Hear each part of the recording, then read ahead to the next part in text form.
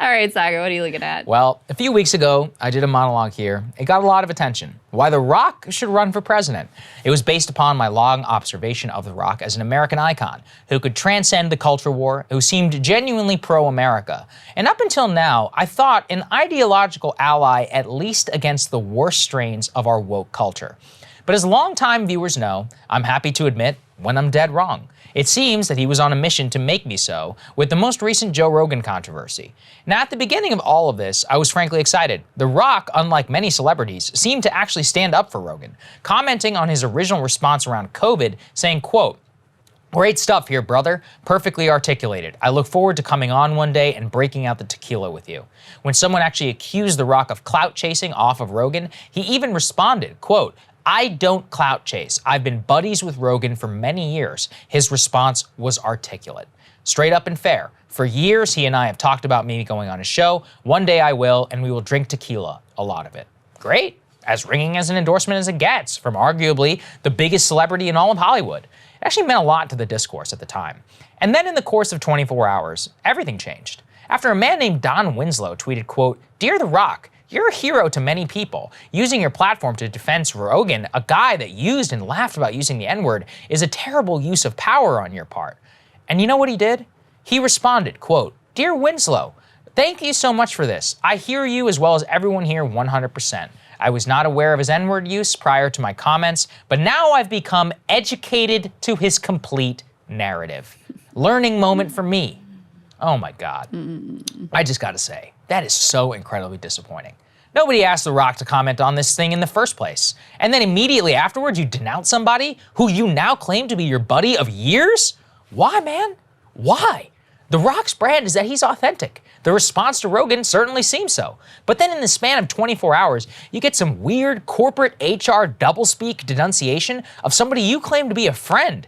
This is contrary to everything that made him so likable in the first place.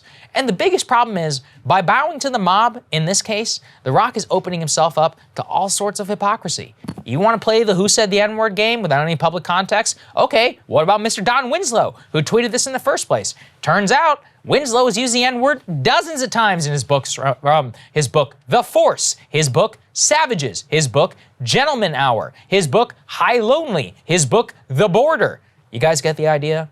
Winslow is a coward. He even locked his Twitter account after all of this was exposed.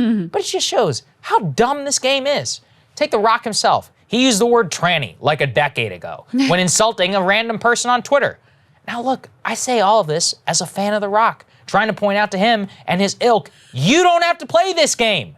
And then when you do, you find yourself just as much muck as the person you were denouncing.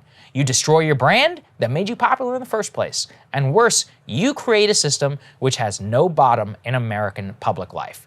Compare this with the sentiment that an interview in The Rock gave several months ago when he was asked about running for president. Quote, "You know, at the end of the day, I don't know the first thing about politics. I don't know the first thing about policy. I care deeply about our country. I care about every effing American who bleeds red, and that's all of them." It's that type of talk which actually drew me to him in the first place. But it conflicts with denouncing your friend, who you've known for years, on a clip clearly edited out of context. The greatest irony to me about the situation is that these types of episodes are significantly red-pilling for a huge number of people. And that's what leads people to vote for Trump, who at this point is almost certain to be president again in 2024. The antidote to Trump has always existed within the liberal elite who hate him so much. If they simply stopped acting like such insane hypocrites all the time, nobody would vote for him. A vote for Trump, fundamentally, is a middle finger to the mindset that made The Rock denounce Joe Rogan. I am the first on the show to say that's not a particularly good reason, but I'm simply telling you the truth behind Trump's appeal. The more these public and hypocritical witch hunts play out, the more liberal encourage millions of people to say screw you to them in the only way they still have power in their lives. The ballot box. As Crystal pointed out yesterday, the GOP is poised for a historic victory while literally running on nothing. That's not a coincidence. It's a consequence of this mindset. In my monologue where I wanted The Rock to run for president, I said precisely that he should do so because the political system is stuck, broken, and nearly irreparable. that we needed a figure who could transcend our cultural insanity and say simple stuff like Black Lives Matter and so do the police to quiet down the culture war. Move on to the much, much bigger problems that we have. Unfortunately, this move only reinforces the culture war that we are in. It demonstrates as long as the culture war rules us, we are destined instead to reactionary backlash for all time. I don't know why this is so difficult to understand, but alas, it is. Until The Rock and anyone else like him stands up against this push, we're in for it.